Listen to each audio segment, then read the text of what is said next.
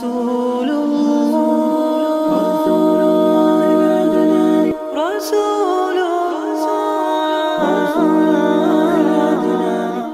أسألك يا ربي لقيا أسألك يا ربي لقيا عند الحوض يلاقينا ومع الصحب يروينا وللجنات أمانينا لا تخذلنا يا رب وللجنات أمانينا لا تخذلنا يا رب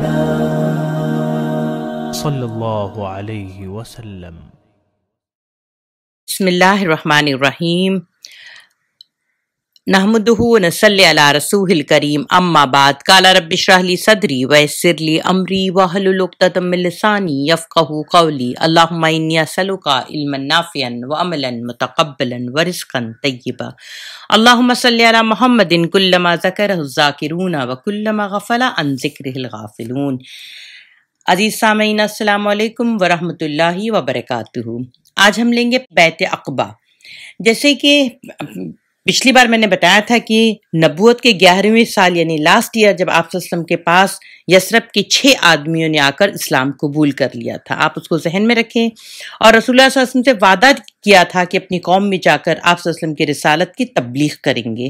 اس کا نتیجہ یہ ہوا کہ اگلے سال جب موسم حج آیا یعنی ذی الحجہ 12 نبوی، تو آپ 12 آدمی آپ صلی اللہ علیہ وسلم کی خدمت میں حاضر ہوئے۔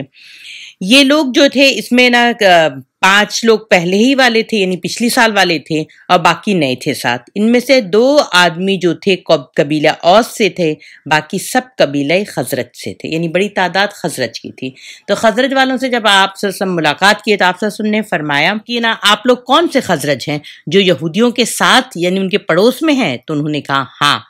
اس سے یہ پتہ چلتا ہے کہ آپ صلی اللہ علیہ وسلم ان کے بارے میں جاننا چاہ رہے تھے کہ زیادہ تر خزرج والے لوگ تھے، اور خزرج والوں کو یہ بات بہت اچھی ایکسائٹنگ لگتی تھی، اور وہ جیسے ایک بات کو یہ یقین کرتے تھے۔ تو اس کی وجہ یہ تھی کہ آپ صلی اللہ علیہ وسلم کنفرم کر رہے تھے، اس لیے پوچھا کہ آپ ان کے پڑوسی ہیں؟ تو کہہ رہے ہیں ہاں۔ تو پڑوسی ہونے کے ناطے انہوں نے زیادہ سن رکھا تھا، یہودی اور بہت فخر سے بھی کہتے تھے کہ ہم اہل کتاب ہیں، اور اپنے رسولوں کے بارے میں، کتاب کے بارے میں اور فرشتوں کے بارے میں جب بات کرتے تھے تو یہ لوگ منہ کھول کے جیسے سنا کرتے تھے، کیونکہ ان لوگ کے پاس یہ سب چیزیں نہیں تھیں۔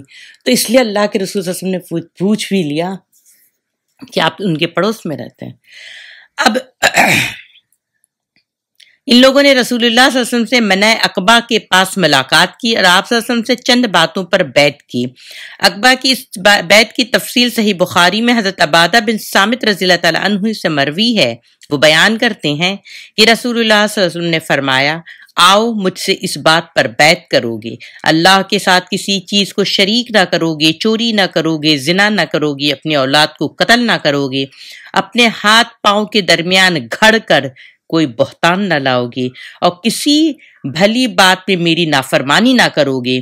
جو شخص یہ ساری باتیں پوری کرے گا اس کا اجر اللہ پر ہے، اور جو شخص ان میں سے کسی چیز کا ارتکاب کر بیٹھے پھر اسے دنیا میں ہی اس کی سزا دے دی جائے گی تو یہ اس کے لیے کفارہ ہوگی، اور جو شخص ان میں سے کسی چیز کا ارتکاب کر بیٹھے گا پھر اللہ اس پر پردہ ڈال دے تو اس کا معاملہ اللہ کے حوالے ہے، چاہے گا تو سزا دے گا اور چاہے گا تو معاف کر دے گا۔ حضرت عبادہ رضی اللہ تعالیٰ عنہ فرماتے ہیں کہ ہم نے آپ صلی اللہ علیہ وسلم کے ہاتھ پر بیعت کی۔ مدینہ میں اسلام کا سفیر، یہ بیعت پوری ہو گئی، حج ختم ہو گیا تو نبی صلی اللہ علیہ وسلم نے ان لوگوں کے ہمراہ یثرب میں اپنا پہلا سفیر یعنی ایمبیسڈر کو بھیجا تاکہ وہ مسلمانوں کے اسلامی احکام کی تعلیم دیں اور انہیں دین کو سکھائیں، اور جو لوگ اب تک شرک پر چلے آ رہے ہیں ان میں اسلام کی اشاعت کریں۔ نبی صلی اللہ علیہ وسلم نے اس سفارت کے لیے سابقین اولین میں سے ایک خوبصورت جوان کا انتخاب کیا جن کا نام تھا مصعب بن عمیر رضی اللہ تعالی عنہ۔ کون مصعب بن عمیر؟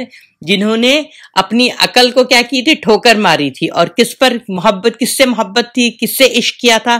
اللہ اور اس کے رسول کے ساتھ، جنہوں نے اپنے تمام برانڈ کو، اپنی لگژری لائف کو، اپنی قیمتی جو زندگی گزارتے تھے اس کو چھوڑ کر اور سادہ زندگی اور کس کے ساتھ گزار رہے تھے؟ اللہ کے رسول صلی اللہ علیہ وسلم کو. تو یہ پہلا آپ کہہ سکتے ہیں کہ اسلام کا پہلا ایمبیسڈر یہ تھے مصعب بن عمیر رضی اللہ تعالیٰ عنہ. حضرت مصعب بن عمیر رضی اللہ تعالیٰ عنہ مدینہ پہنچے تو حضرت اسعد بن زرارہ رضی اللہ عنہ کے گھر نازل ہوئے. پھر دونوں نے مل کر اہل یثرب میں جوش و خروش سے اسلام کی تبلیغ شروع کر دی. حضرت مصعب رضی اللہ تعالیٰ عنہ مقرری کے خطاب سے مشہور ہے، یعنی مقرری کے معنی ہے پڑھانے والا. اس وقت معلم اور استاد کو مقری کہتے تھے. تبلیغ کے سلسلے میں ان کی کامیابی نہایت شاندار ہے.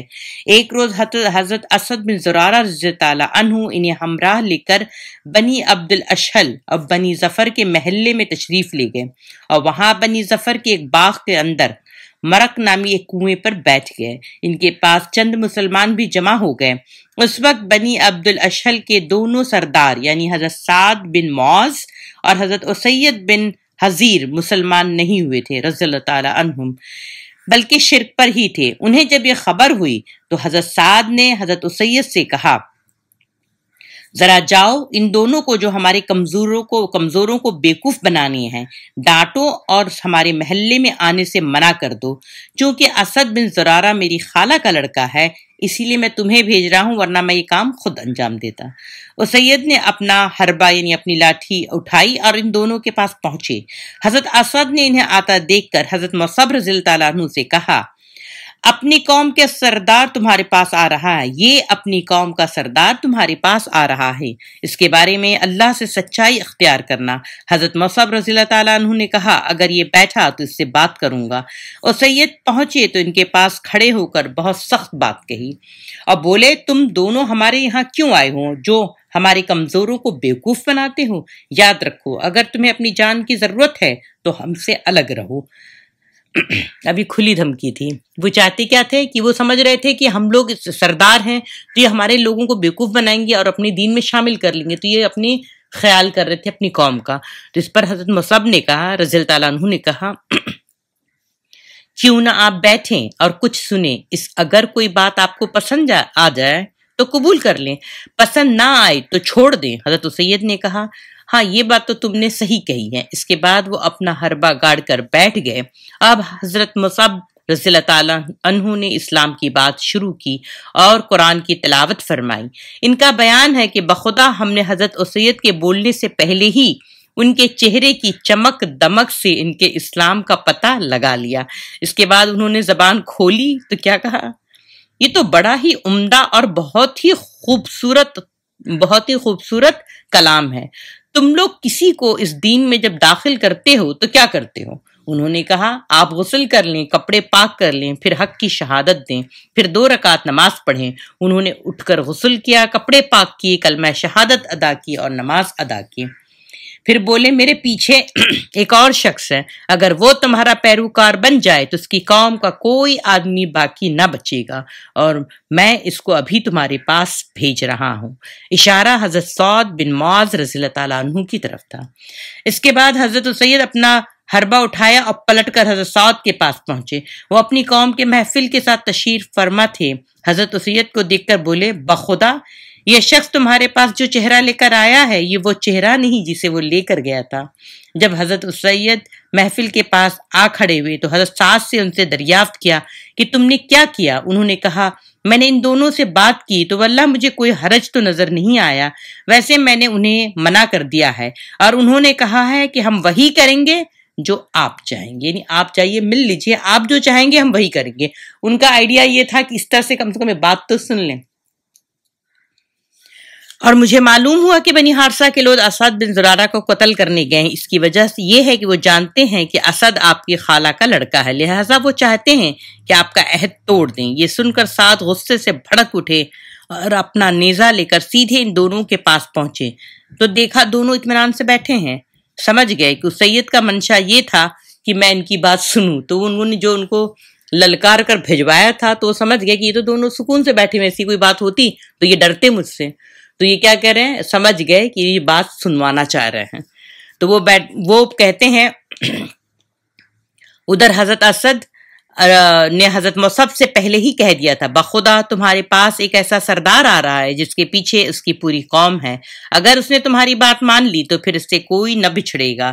اس لیے حضرت مصعب رضی اللہ تعالیٰ عنہ نے حضرت سعد سے کہا، کیوں نہ آپ تشریف رکھیں اور سنیں، اگر کوئی پسند آ گئی تو قبول کر لیں، اگر پسند نہ آئی تو ہم آپ کی ناپسندیدہ بات کو آپ سے دور رکھیں گے۔ حضرت سعد نے کہا، انصاف کی بات کہتے ہو۔ پھر اس کے بعد وہ اپنا نیزہ گاڑ کر بیٹھ گئے۔ حضرت مصعب رضی اللہ تعالیٰ عنہ نے ان پر اسلام پیش کیا اور قرآن کی تلاوت کی۔ ان کا بیان ہے کہ ہمیں حضرت سعد کے بولنے سے پہلے ہی ان کے چہرے کی چمک سے اندازہ کر لیا تھا اسلام کا۔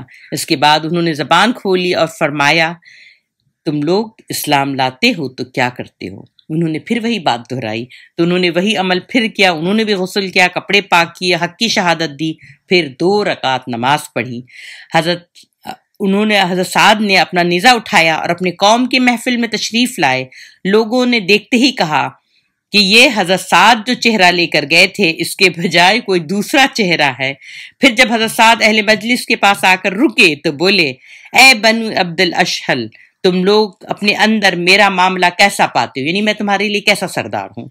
انہوں نے کہا، آپ ہمارے سردار ہیں، سب سے اچھی سوجھ بوجھ کے مالک ہیں اور سب سے بابرکت پاسبان ہیں۔ انہوں نے کہا، اچھا تو سنو، اب تمہارے مردوں اور عورتوں سے میری بات چیت حرام ہے جب تک کہ تم لوگ اللہ اور اس کے رسول اللہ صلی اللہ علیہ وسلم پر ایمان نہ لاؤ۔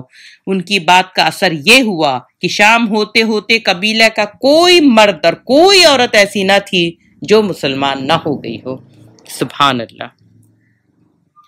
صرف ایک آدمی جس کا نام اسیرم تھا، اس نے اسلام میں اپنا اسلام جنگ احد تک نہیں لایا تھا۔ جب احد کے دن اس نے اسلام قبول کیا اور جنگ میں لڑتا ہوا کام آ گیا، اس کے لیے اللہ کی اس نے ایک سجدہ بھی نہ کیا تھا۔ نبی صلی اللہ علیہ وسلم نے فرمایا، اس نے تھوڑا عمل کیا اور زیادہ اجر پایا۔ وہ اتنا خوش نصیب تھا کہ احد میں اس نے اسلام قبول کیا، جب احد ہونے والی تھی جنگ، اور اس میں شہادہ پڑھا، اور پڑھنے کے بعد وہ جہاد میں چلا گیا، وہاں پہ ان کی وہ شہادت ہو گئی۔ ایک نماز کا وقت آیا نہیں تھا، اس پر آپ صلی اللہ علیہ وسلم فرماتے ہیں کہ اس نے تھوڑا عمل کیا اور بہت زیادہ اجر پایا۔ حضرت مصعب اور باقی پورا قبیلہ جو ہے، ان کی وجہ سے کیا ہو گیا تھا؟ اسلام قبول کر لیا۔ تو حضرت سعد رضی اللہ تعالیٰ عنہ کا بہت بڑا مقام ہے۔ حضرت مصعب حضرت اسد بن زرارہ کے گھر مقیم رہ کر اسلام کی تبلیغ کرتے رہے رضی اللہ عنہم، یہاں تک کہ انصار کا کوئی گھرانہ باقی نہ بچا جس میں چند مرد اور عورتیں مسلمان نہ ہو چکی ہوں۔ صرف بنی امیہ بن زید اور ختمہ اور دائل کے مکانات باقی رہ گئے تھے۔ مشہور شاعر قیس بن اسلط نے انہی کا آدمی تھا اور یہ لوگ اسی کی بات مانتے تھے۔ اس شاعر نے انہیں جنگ خندق سن 5 ہجری تک اسلام سے روکے رکھا۔ بہرحال اگلے سال موسم حج یعنی 13ویں سال نبوت کا موسم آنے سے پہلے حضرت مصعب بن عمیر رضی اللہ تعالیٰ عنہ کی کامیابی کی بشارتیں لے کر رسول اللہ کی خدمت میں مکہ تشریف لائے، اور آپ صلی اللہ علیہ وسلم کو قبائل یثرب کے حالات، ان کی جنگی اور دفاعی صلاحیتوں، ان کی خیر، ان کی لیاقتیں اور ان کی جو بھی ان کے پاس جو طاقت تھی، اس کی تفصیلات آپ صلی اللہ علیہ وسلم کو بیان کی۔ اب دوسری بیعت عقبہ۔ نبوت کے 13ویں سال موسم حج جون میں جب یثرب کے 70 سے زیادہ مسلمان فریضہ حج کی ادائیگی کے لیے مکہ تشریف لائے، یہ اپنی قوم کے مشرک حاجیوں میں شامل ہو کر آئے تھے۔ اب اس وقت تو یہی تھا کہ سب آ رہے تھے تو ان کے ساتھ ہی آنا تھا، اور مشرکین زیادہ تعداد میں تھے، تو یہ بیچارے اپنی ایمان کو چھپتے چھپاتے ہوئے آئے تھے۔ ابھی یثرب میں ہی تھے یا مکے کے راستے ہی میں تھے کہ آپس میں ایک دوسرے سے پوچھنے لگے، ہم کب تک رسول اللہ کو یوں ہی مکہ کے پہاڑوں میں چکر کاٹتے، ٹھوکریں کھاتے اور خوفزدہ کے لیے چھوڑ کر جائیں گے؟ اب دیکھیے، جو لوگ اسلام قبول کر لیتے ان کے پاس پھر نئی آئیڈیا، نئی طاقت آتی نا، تو وہ کیا سوچ رہے ہیں؟ 70 لوگ جب آ رہے ہیں تو ظاہر سی بات ہے ان کی بات چیت ان کے آپس میں ہو رہی تھی، تو یہ کہتے ہیں کہ کب تک ہم اللہ کے رسول صلی اللہ علیہ وسلم کو ایسے ہی چھوڑ دیں گے، اور پھر ہم سے کوئی بات نہیں ہو پاتی تو ہم کوئی کام نہیں کر پا رہے ہیں۔ یہ ساری باتیں اس نوعیت کی، اس انداز پہ یہ لوگ سوچ رہے ہیں۔ جب یہ مسلمان مکہ پہنچ گئے تو در پردہ نبی صلی اللہ علیہ وسلم کے ساتھ یہ چاہتے تھے کہ بات چیت شروع ہو، لیکن یہ بات چیت ہو ہی نہیں پا رہی تھی۔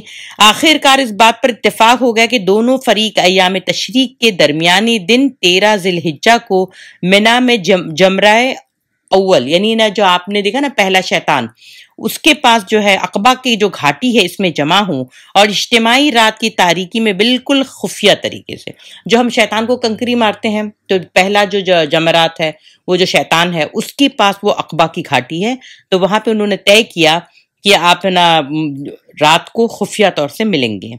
اب اس تاریخی اجتماع کے احوال انصار کے ایک قائد کی زبانی سنیں۔ اس کے بارے میں وہ کہتے ہیں، حضرت کعب بن مالک رضی اللہ تعالیٰ عنہ فرماتے ہیں کہ ہم لوگ حج کے لیے نکلے، رسول اللہ صلی اللہ علیہ وسلم ایام تشریق کے درمیانی روز عقبہ میں ملاقات طے ہوئی، بالآخر وہ رات آ گئی جس میں رسول اللہ صلی اللہ علیہ وسلم سے ملاقات طے ہوئی۔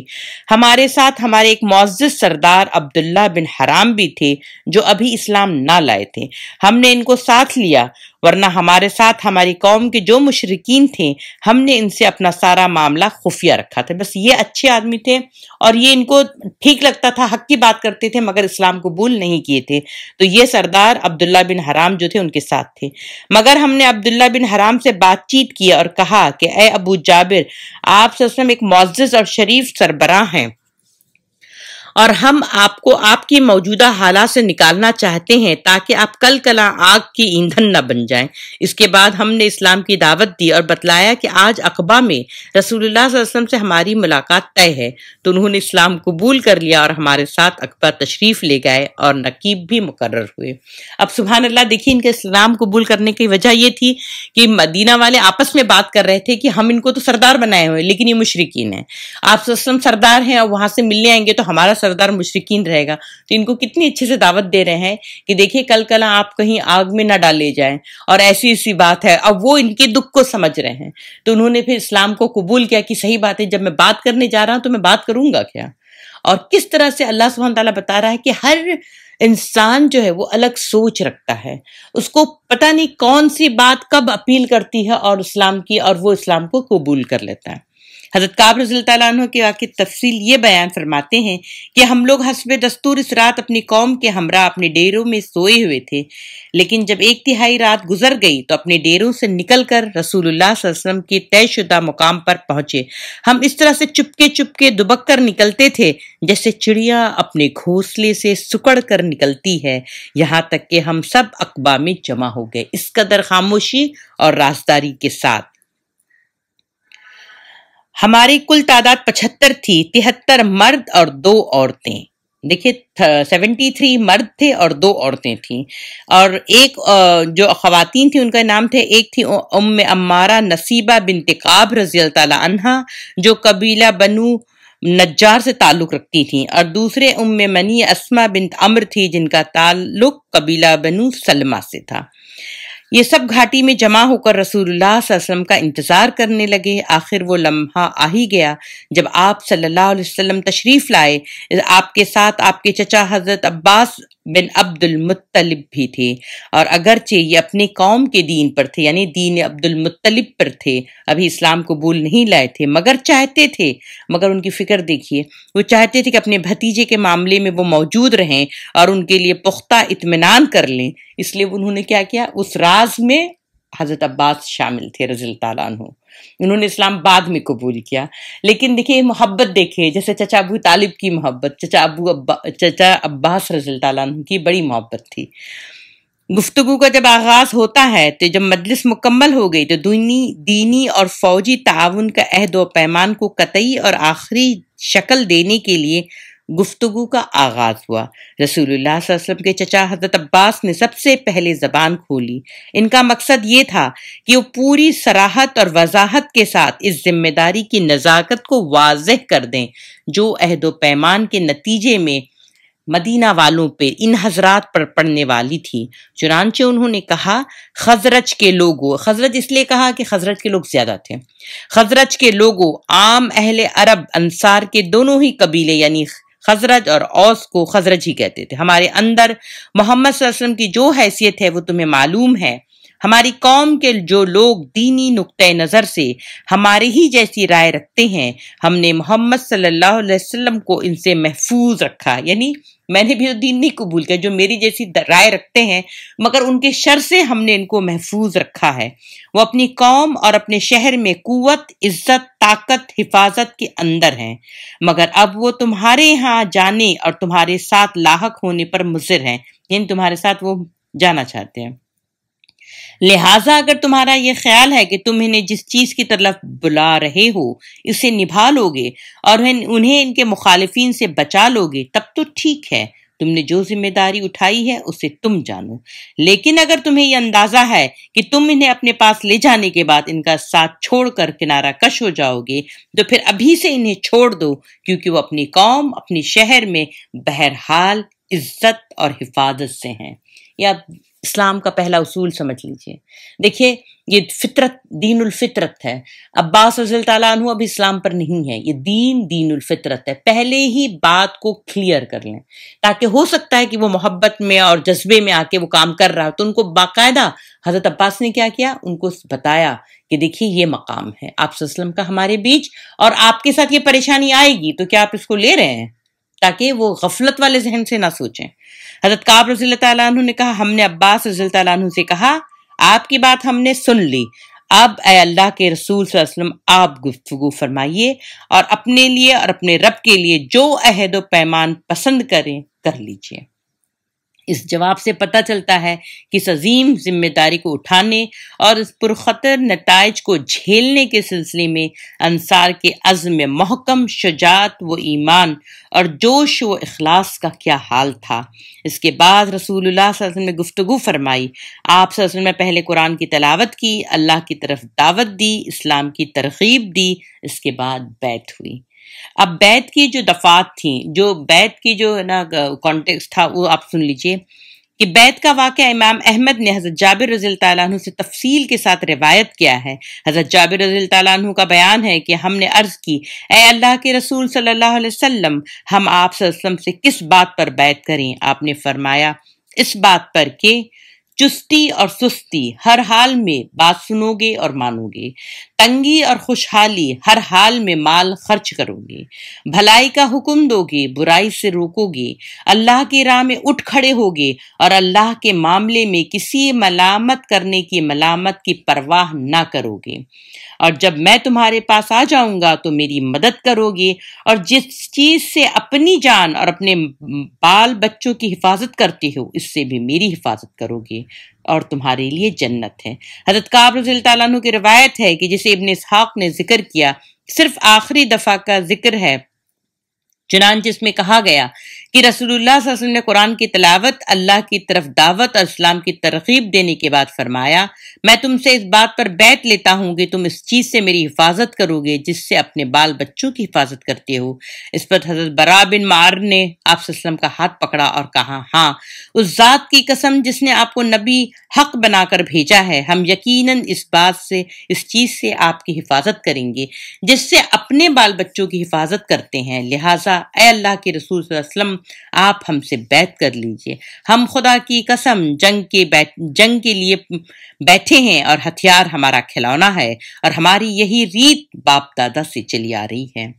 حضرت کعب رضی اللہ تعالیٰ عنہ کہتے ہیں، حضرت برا رسول اللہ صلی اللہ علیہ وسلم کی بات کر رہے تھے کہ ابو الحسیم بن نحیان نے بات کاٹتے ہوئے کہا، اے اللہ کے رسول صلی اللہ علیہ وسلم، ہمارے کچھ اور لوگ یعنی یہود کے درمیان عہد و پیمان کی رسیاں ہیں، اب ہم ان رسیوں کو کاٹنے والے تو نہیں، ہم کاٹنے والے ہیں، تو کہیں تو ایسا نہیں ہوگا کہ ہم ایسا کر ڈالیں، پھر اللہ آپ کو غلبہ اور ظہور عطا فرمائے تو آپ ہمیں چھوڑ کر اپنی قوم کی طرف پلٹ جائیں۔ دیکھیے انہوں نے کتنی عقل مندی کی بات کی تھی، یہ پولیٹیکل جینیس تھے، انہوں نے دیکھا کہ ہم آپ صلی اللہ علیہ وسلم کو تو ہر طرح سے نا، حضرت عباس نے ہمارے لیے وہ مانگا کہ ہم کیا ایشورنس دیتے ہیں، تو ہم نے تو ایشورنس دے دی، لیکن آپ صلی اللہ علیہ وسلم کی طرف سے ہمیں کیا، اگر آپ صلی اللہ علیہ وسلم کو ہماری طاقت ملی، ہم سے جو وہ ملا، اور آپ صلی اللہ علیہ وسلم کو اللہ نے غلبہ دے دیا اور وہ واپس ہو گئے، تو ہم کیا کریں گے؟ کیونکہ ہم تو معاہدے میں کس کے ہیں؟ یہودیوں کے ساتھ ہیں۔ جب اللہ کے رسول کے ساتھ معاہدہ کریں گے تو لازمی بات ہے ان سے معاہدہ ہم توڑیں گے، تو پھر ہم کہاں کے رہیں گے؟ کیونکہ آپ صلی اللہ علیہ وسلم تو پھر چلے جائیں گے اپنی قوم میں۔ تو اس بات کے لیے انہوں نے پوچھا، تو آپ صلی اللہ علیہ وسلم نے دیکھیں کیا جواب دیا۔ یہ سن کر رسول اللہ صلی اللہ علیہ وسلم نے تبسم فرمایا، مسکرائے اور فرمایا نہیں، بلکہ آپ لوگوں کا خون میرا خون، آپ لوگوں کی بربادی میری بربادی، میں آپ سے ہوں اور آپ مجھ سے ہیں، جس سے آپ جنگ کریں گے اس سے میں جنگ کروں گا، جس سے آپ صلح کریں گے اس سے میں صلح کروں گا۔ سبحان اللہ، یہ ہے مقام مدینہ والوں کا، ان کو انصار کہا گیا ہے، وہ مددگار ہیں۔ دیکھیں اللہ کے رسول صلی اللہ علیہ وسلم کس خوبصورتی سے ان کی عزت کو کر رہے ہیں۔ آپ کو پتہ ہے، میں آپ کو یہاں یاد دلانا چاہتی ہوں، اہل مدینہ سے محبت کرنا ایمان کا تقاضا ہے، اور اہل مدینہ والوں کے لیے دعا کرنا یہ بھی ایمان کی علامت میں سے ہے۔ جب میں پڑھتی تھی شروع میں تو مجھے اندازہ بالکل نہیں ہوتا تھا کہ ایسا کیا خاص بات ہے کہ ہم ان کے لیے دعا بھی کریں اور ان سے محبت بھی کریں، لیکن جب آپ سیرت النبی صلی اللہ علیہ وسلم پڑھتے ہیں تو آپ کو اندازہ ہوتا ہے کہ ٹرولی انصار، یعنی صحیح معنوں میں وہ مددگار لوگ کیسے تھے کہ اپنی ہر چیز اللہ کے رسول صلی اللہ علیہ وسلم پر نچھاور کر رہی ہے۔ اب بیعت کی جو خطرناکی کی یہ جو بات ہے مکر اور یاد دہانی، بیعت کی شرائط کے متعلق گفت و شنید مکمل ہو چکی، لوگ بیعت شروع کرنے کا ارادہ کیا تو صف اول کے 2 مسلمان جو 11 نبوت اور 12 نبوت کے ایام میں حج میں مسلمان ہوئے تھے، یکے بعد دیگرے اٹھے تاکہ لوگ ان کے سامنے ان کی ذمہ داری، نزاکت اور خطرناکی کو اچھی طرح واضح کریں، اور یہ لوگ معاملے کے سارے پہلو کو اچھی طرح سمجھ کر بیعت کریں۔ ابن اسحاق کہتے ہیں جب یہ لوگ بیعت کے لیے جمع ہو گئے تو حضرت عباس بن عبادہ بن نزلہ نے کہا، تم لوگ جانتے ہو، ان کا اشارہ نبی صلی اللہ علیہ وسلم کی طرف سے، کس بات پر بیعت کر رہے ہو؟ تو آوازیں آئی ایک ساتھ، جی ہاں۔ حضرت عباس رضی اللہ تعالیٰ عنہ نے کہا، تم ان سے سرخ اور سیاہ لوگوں سے جنگ پر بیعت کر رہے ہو۔ اگر تمہارا یہ خیال ہے کہ جب تمہارے اموال کا صفایا کر دیا جائے گا، تمہارے اشراف کا قتل کر دیے جائے گے تو تم ان کا ساتھ چھوڑ دو گے، تو ابھی سے چھوڑ دو، کیونکہ اگر تمہیں انہیں لے جانے کے بعد چھوڑ دیا تو دنیا آخرت کی رسوائی ہوگی۔ اگر تمہارا یہ خیال ہے کہ تم مال کی تباہی اور اشراف کے قتل کے باوجود عہد کو نبھاؤ گے جس کی طرف تم نے انہیں بلایا ہے، تو پھر بے شک تم انہیں لے جاؤ، کیونکہ خدا کی قسم دنیا اور آخرت کی یہی بھلائی ہے۔ اس پر سب نے ایک ساتھ آواز میں کہا کہ ہم مال کی تباہی، اشراف کے قتل کا خطرہ مول لے کر آپ صلی اللہ علیہ وسلم کو قبول کرتے ہیں۔ اے اللہ کے رسول، ہم نے عہد پورا کیا تو ہمیں اس کے عوض کیا ملے گا؟ آپ صلی اللہ علیہ وسلم نے فرمایا، جنت۔ لوگوں نے عرض کیا، آپ اپنا ہاتھ پھیلائیے۔ آپ صلی اللہ علیہ وسلم نے اپنا ہاتھ پھیلایا اور لوگوں نے بیعت کی۔ حضرت جابر رضی اللہ تعالیٰ عنہ کا بیان ہے کہ اس وقت ہم بیعت کرنے اٹھے تھے تو حضرت اسد بن زرارہ جو ان 70 آدمیوں میں سب سے کم عمر تھے، آپ صلی اللہ علیہ وسلم کا ہاتھ پکڑ لیا اور بولے، اہل یثرب ذرا ٹھہرو، ہم آپ کی خدمت میں اونٹوں کے کلیجے کو مار کر، یعنی لمبا چوڑا سفر کر کے اس یقین کے ساتھ حاضر ہوئے ہیں کہ آپ صلی اللہ علیہ وسلم اللہ کے رسول ہیں۔ آج آپ صلی اللہ علیہ وسلم کے یہاں سے لے جانے کے معنی ہے سارے عرب سے دشمنی اور تمہارے چنندہ سرداروں کا قتل اور تلواروں کی مار، لہٰذا اگر یہ سب برداشت کر سکتے ہو تو ٹھیک ہے اور تمہارا اجر اللہ پر ہے، اگر تمہیں اپنی جان عزیز ہے تو انہیں ابھی سے چھوڑ دو، یہ اللہ کے نزدیک زیادہ قابل اثر ہوگا۔ دیکھیے جب بیعت کر رہے تھے تو لوگ اپنی اپنے سٹائل میں سب سوچ رہے تھے، کتنی خوبصورت اور جامع بات انہوں نے کہی۔ اس جواب میں حضرت اسد کو اچھی طرح سے دیکھیے، اس بیعت کی دفعات جب مکمل ہو گئیں اور سب نے ایک آواز میں کہا کہ اسد بن زرارہ اپنا ہاتھ ہٹاؤ، خدا کی قسم ہم اس بیعت کو نہیں چھوڑ سکتے اور نہ توڑ سکتے ہیں۔ تو اس جواب سے حضرت اسد کو رضی اللہ تعالیٰ عنہ کو اچھی طرح سے معلوم ہو گیا کہ قوم کس حد تک اس راہ میں جان دینے کے لیے تیار ہے۔ در حقیقت حضرت اسد بن زرارہ حضرت مصعب بن عمیر کے ساتھ مل کر مدینے میں اسلام کے سب سے بڑے مبلغ تھے، اسی لیے طبعی طور سے وہی ان کو اپنے دینی سربراہ بھی تھے، اس لیے سب سے پہلے انہوں نے بیعت بھی کی۔ چنانچہ ابن اسحاق کی روایت ہے کہ بنو نجار کہتے ہیں کہ ابو امامہ اسد بن زرارہ سب سے پہلے آدمی ہیں جنہوں نے آپ صلی اللہ علیہ وسلم سے ہاتھ ملایا اور اس کے بعد بیعت عام ہوئی۔ حضرت جابر رضی اللہ عنہ کا بیان ہے کہ ہم لوگ ایک ایک آدمی کر کے اٹھے اور آپ صلی اللہ علیہ وسلم نے ہم سے بیعت لی اور اس کے عوض جنت کی بشارت دی۔ باقی رہیں وہ 2 عورتیں جو اس موقع پر حاضر تھیں تو ان کی بیعت اللہ کے رسول نے زبانی کی، کیونکہ اللہ کے رسول صلی اللہ علیہ وسلم کبھی کسی اجنبی عورت سے مصافحہ نہیں کیا۔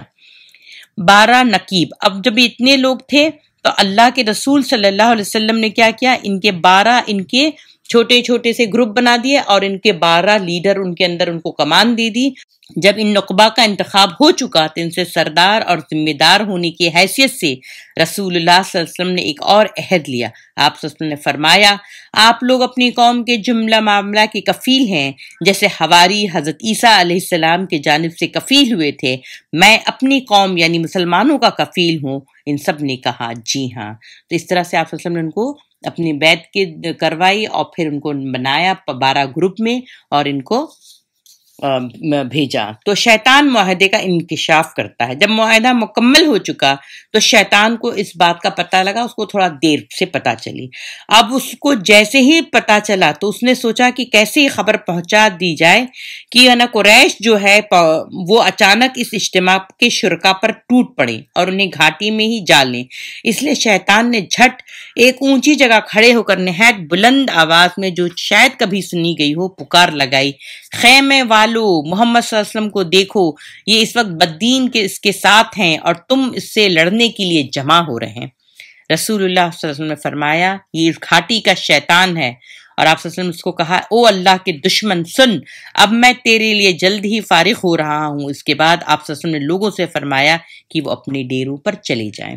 یہ بات میں اس لیے کہہ رہی تھی کہ جب اللہ اور اس کا رسول اور اتنے معزز اتنے صحابہ اور جانثار صحابہ کرام کا جب یہ عمل ہو رہا ہے تب بھی شیطان نے داؤ مارا، تو سوچئے ہم اور آپ جب کوئی نیکی کا کام کرتے ہیں، اپنے گھروں میں بھی دیکھیے، جب ہم کوئی نیکی کا کام کرتے شیطان کوئی شر مار کے چلا جاتا ہے کہ کوئی برائی ہو جاتی ہے اور ہمارا موڈ اور ہمارا جو عمل ہے وہ خراب ہونے لگتا ہے.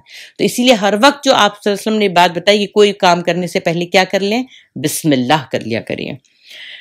اب قریب پر ضرب لگانے کے لیے انصار کی مستعدی. شیطان کی آواز سن کر حضرت عباس بن عبادہ بن نزلہ نے فرمایا اس ذات کی قسم جس نے آپ صلی اللہ علیہ وسلم کے حق کے ساتھ مبعوث فرمایا ہے، آپ چاہیں تو ہم کل اہل منا پر اپنی تلواروں کے ساتھ ٹوٹ پڑیں. آپ صلی اللہ علیہ وسلم نے فرمایا ہمیں اس کا حکم ابھی نہیں دیا گیا. تو آپ صلی اللہ علیہ وسلم کی جو پوری زندگی ہے وہ کس کے حکم پر چل رہی ہے؟ اللہ کے. بس آپ لوگ اپنے ڈیروں میں چلے جائیں. اس کے بعد وہ لوگ واپس جا کر سو گئے یہاں تک کہ صبح ہو گئی. کوئی خبر قریش کے کانوں تک پہنچے تو غم و الم کی شدت سے ان کے اندر کوہرام مچ گیا، کیونکہ ان جیسی بیعت کے جو نتائج ان کے جان و مال پر مرتب ہو سکتے تھے ان کو اس کا اندازہ تھا. چنانچہ صبح ہوتے ہی ان کے روسیہ اکابرین جو تھے ایک بھاری بھرکم وفد کے ساتھ اس معاہدے کے خلاف سخت احتجاج کے لیے اہل یثرب کے خیموں کا رخ کیا. خزرج کے لوگوں، ہمیں معلوم ہوا کہ آپ لوگ ہمارے اس صاحب کو ہمارے درمیان سے نکال لے جانے کے لیے آئے ہیں اور ہم سے جنگ کرنے کے لیے اس کے ہاتھ پر بیعت کر رہے ہیں. حالانکہ کوئی عرب قبیلہ ایسا نہیں ہے جس سے جنگ کرنا ہمارے لیے اتنا زیادہ ناگوار ہو جتنا آپ سے ہے. یعنی آپ ہمیں مجبور مت کریں کہ ہم آپ سے جنگ کریں. لیکن چونکہ مشرکین خزرج سے بیعت کے بارے میں سرے سے کچھ جانتے ہی نہیں تھے. اب دیکھیے مشرکین جو آئے تھے حج کے ساتھ، میں نے بتایا نا کہ 75 لوگ جو آئے تھے، یہ لوگ تو آئے تھے مشرکین کے ساتھ. اب مشرکین کو تو پتہ ہی نہیں اور یہ راتوں رات چھپ چھپ آ کے گئے تھے اور رات ہی رات اپنے بستر پر آ گئے تھے. تو یہ کہتے ہیں کہ رازداری کے ساتھ رات کی تاریکی میں یہ بیعت عمل میں آئی تھی. اس لیے مشرکین نے اللہ کی قسم کھا کر کے، اور بات تو صحیح بھی تھی، وہ ان کی قسم جھوٹی بھی نہیں تھی، وہ اللہ کی قسم کھا کھا کر یقین دلائے، اور اپنے جس طرح سے وہ یقین ایک آدمی دلا سکتا ہے ایسا کچھ بھی نہیں ہوا ہے. آپ خواہ مخواہ میں پریشان ہو رہے ہیں، ایسی کوئی بات نہیں ہے. ہمارے ہاں سرے سے کوئی بات یہ جانتا ہی نہیں. بالآخر یہ وفایا اب یہ نہ عہد لے کر گئے مشرکین سے کفار مکہ والے کہ آپ لوگ ایسی کوئی بات نہیں کرنے دیں گے. وہ کہہ رہے سوال ہی نہیں اٹھتا ہے. وہ تو مشرکین تھے، وہ اپنی طرف سے کہہ رہے تھے. اور اس طرح سے نا باقی رہے تو مسلمان، تو انہوں نے کنکھیوں سے ایک دوسرے کو دیکھا اور چپ سادھ لی. ان میں سے کسی نے نہ ہاں یا نہیں کوئی کے لیے زبان نہیں کھولی. آخر کار روسیہ قریش کے رجحان، ان کا جو لیڈرز تھے قریش کے، ان کا رجحان ایسا لگا کہ لگتا کوئی بات نہیں، ہمارے کان کوئی بھر رہا ہے، کیونکہ جس حساب سے مشرکین قسم کھا کھا کر ان کو یقین دلا رہے تھے. اب مکہ سے اس روسیہ مکہ تقریباً اس یقین کے ساتھ پلٹے تھے کہ یہ خبر غلط ہے، لیکن وہ قرید میں کہ یہ بات صحیح ہے کہ غلط ہے، پتہ لگاتے رہے اور یہاں تک کہ ان کو بات کا پتہ چل گیا کہ یہ بات ہو چکی ہے.